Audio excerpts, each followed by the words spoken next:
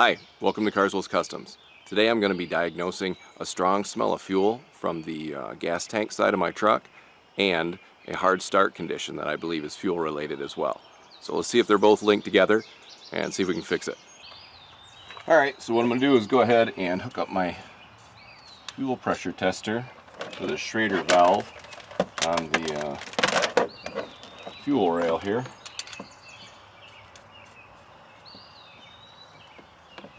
Now the truck is cold and it's sat overnight, so I'll get a good indication of what kind of pressure this thing builds and how fast it builds pressure, which will give us an idea of the fuel pump condition. Alright, so what we're going to do is hit the key here and then we'll figure out our fuel pressure, which should be around 62, like 58 to 62 PSI. Ready? See if we can get a hold of that here when we're cranking. So here we go. Yeah, it's not gonna work.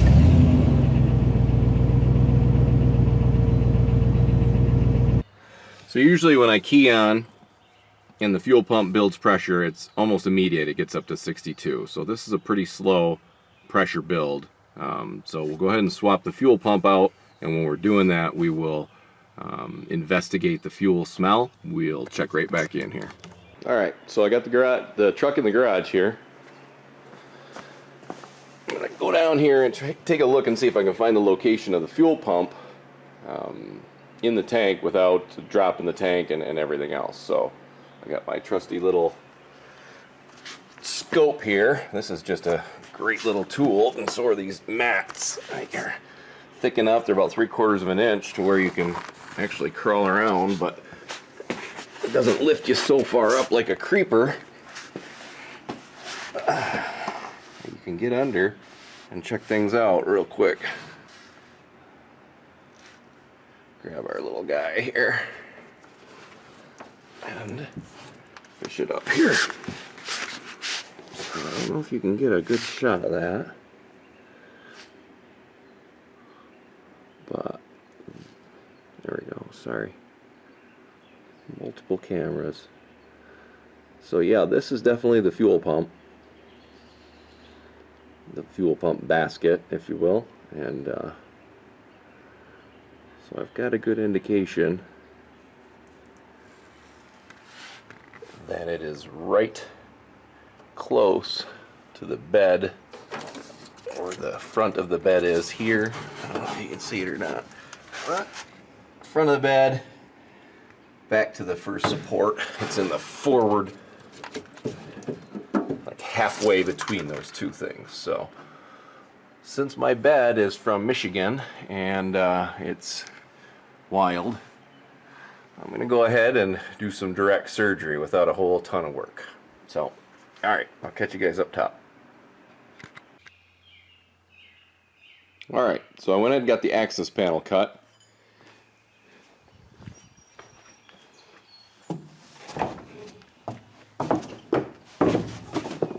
And as I look in here, I can't see anything that looks really out of whack or destroyed, but this thing seems to be quite loose. This is the Evap line. This is the pressure fuel line in the return here. Feed and return. And then this is the Evap. And, you know, inside there, I guess it can have that much play. But anyway, I'm a little suspect of that. And then possibly the gas cap gasket as well. I've smelled around that and that kind of smell. So how am I going to figure this out?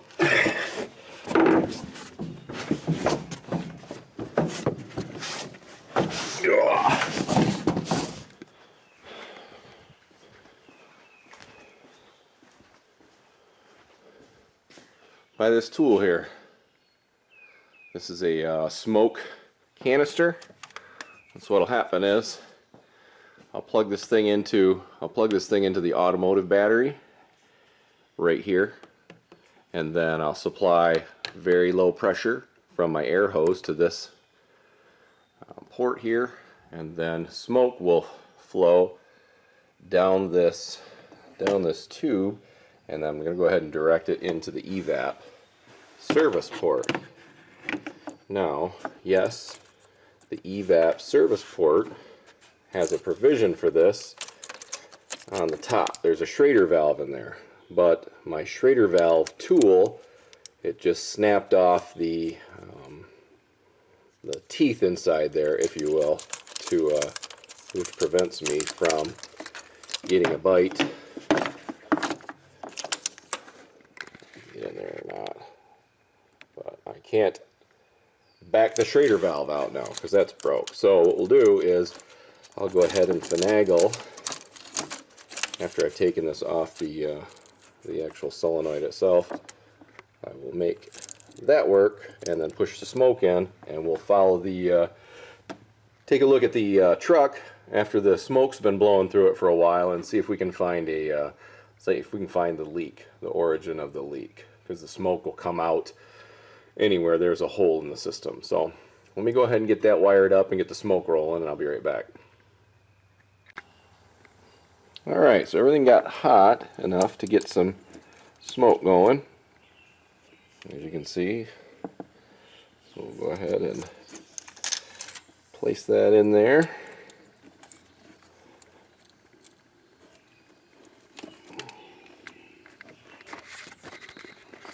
Down over here for a second. I'll tighten up this Schrader valve that's now cracked.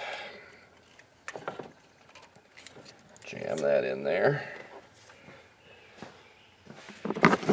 And then we'll go ahead and start looking for smoke around the truck. I'll let you know if I find any. Alright, so back here at the back of the truck, it looks like there's some smoke coming out of the gas tank area. And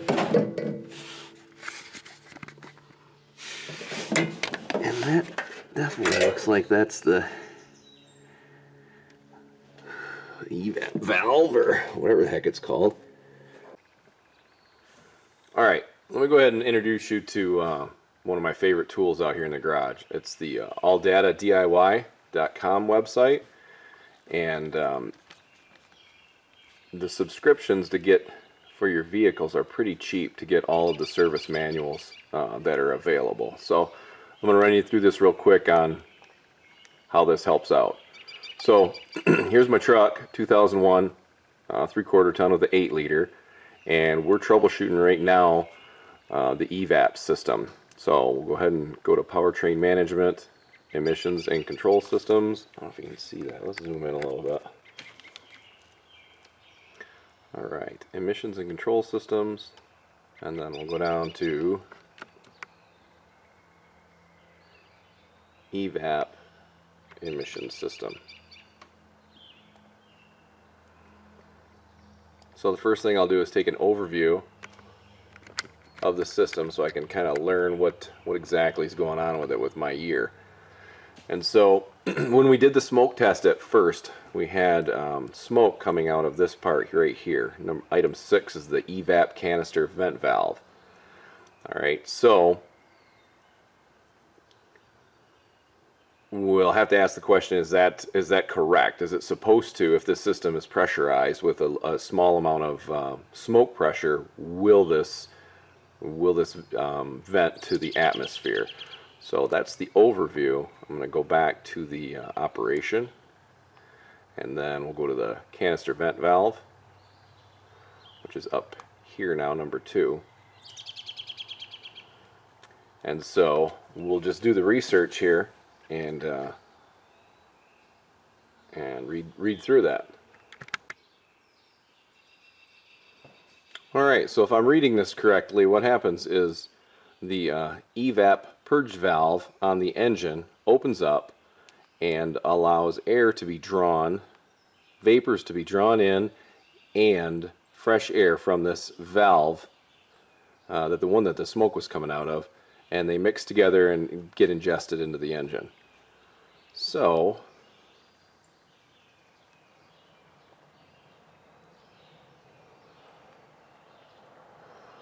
This is actually a valve, and so is the one on the engine that allows the vacuum to come in.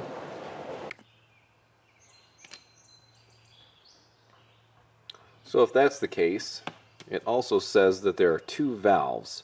Both of them are closed until the system is activated. So this here, the valve that we are dealing with that allowed the smoke out, should have a valve that's closed.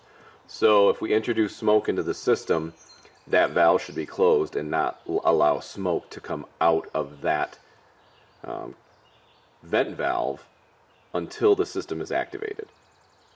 So what we'll do is we'll go ahead and plug off that vent valve just for diagnosis purposes and see if there's any other smoke leaks that come through the system. And if there's not any smoke leaks or any backups in the Evap canister, then I'd be willing to bet that the vent valve is broken and faulty and allowing fuel tank vent emissions to come out when it should actually be closed when the vehicle is off. So let's go ahead and run another smoke test, and we'll see if this is just nonsense or has some sort of science behind it. Okay, I went ahead and pulled off the Evap line here around the fuel tank just to verify I was getting smoke all the way into the fuel tank, and so I am. I'll go ahead and replace that, and I'll close the system off, and then now I'll take my light underneath and continue to look for leaks, smoke leaks anywhere. So wish me luck. Alright, let me talk you through what I got going here. This is the stock fuel pump basket that came out of the 8-liter Silverado here. I went ahead and cut a hole in the bottom because I got a bigger fuel pump. And you can see here, I went ahead and made some little relief cuts to put the hose clamp through and ground her out with some head porting tools. This is the 450 liter per hour Walbro fuel pump. This is E85 capable. Why would I get an E85 capable fuel pump when the 8 liters never ever came with it? Well, that's a good question, and I'll answer that in a future episode when we start working the E85 into the system. This is a pigtail that I got with the fuel pump, so I'm just going to solder this together here and get this thing going. We'll run a 10 or 12 gauge power wire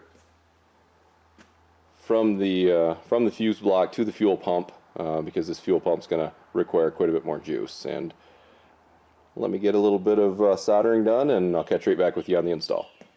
Alright, here we go with the reinstall of the modified fuel pump basket.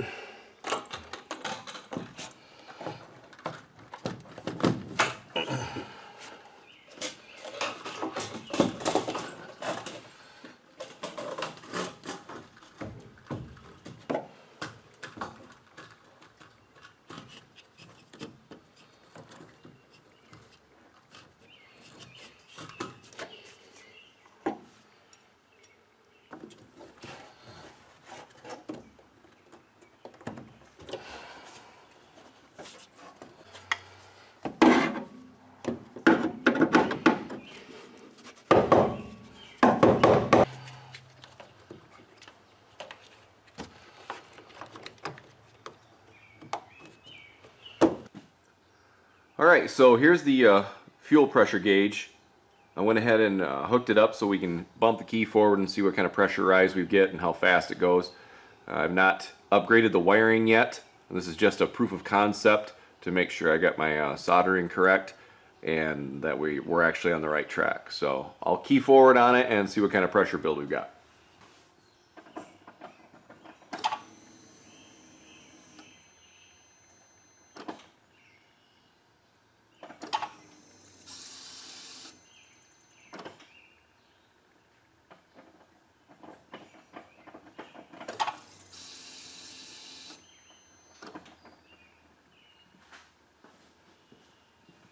That's quite a bit better, and I can hear the fuel pressure bypass on the fuel rail kicking on as well. So, all right, cool beans. All right, so no smoke was found, but if you can take a look in here, right behind the fuel filter, since I've got a lot of fuel pressure now, it's got a slow drippy leak out of the fuel line, the return lines that come back from the engine. So the fuel smell may not have been the evap system, but actually a leak from the fuel line itself back here. So yay, fuel line repair.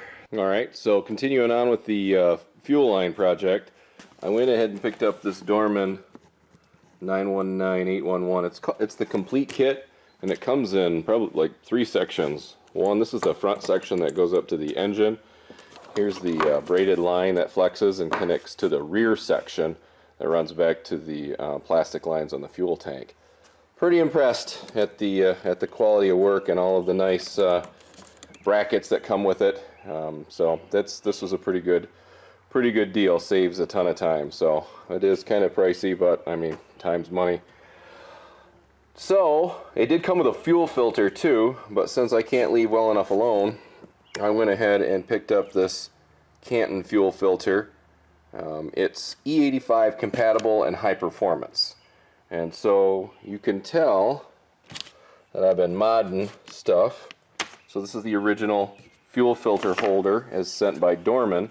And so what I did was I cut the top off, and then I took this fuel filter, and it is exactly the same length as a regular fuel filter. Let me grab this one real quick.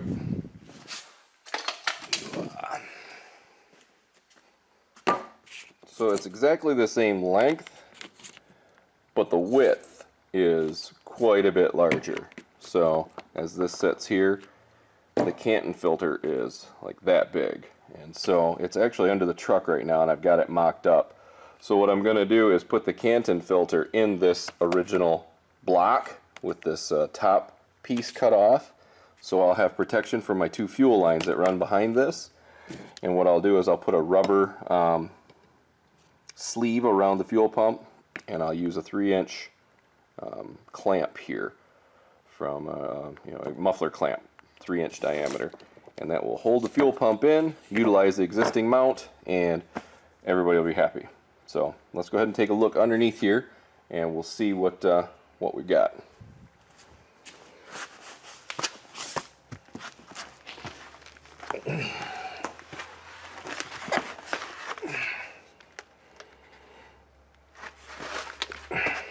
Okay, so there's the brand new fuel lines. That's where the original fuel filter went, and the Canton fuel filter is mocked up on the original mount.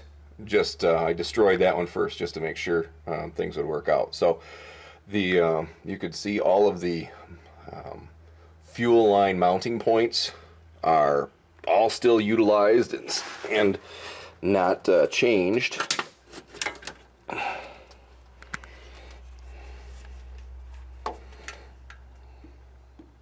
And the fuel lines go right back to the fuel tank, so, or the nylon lines. So yeah, anyways, good kit. Love the Dorman stuff, and we're going to go ahead and put this high performance filter on, and we'll be prepped. So that means we've got a E85 compatible fuel pump, and we've got an E85 filter. So then, yeah, what happens next? I don't know. Okay, cool. We'll catch you in a sec. Alright, here are the 2 nuts that are holding the muffler clamp on from the outside of the frame of the truck. That's where the fuel filter retaining bolts come through, and that muffler clamp worked perfectly. So, take a look underneath here real quick and see what we got going.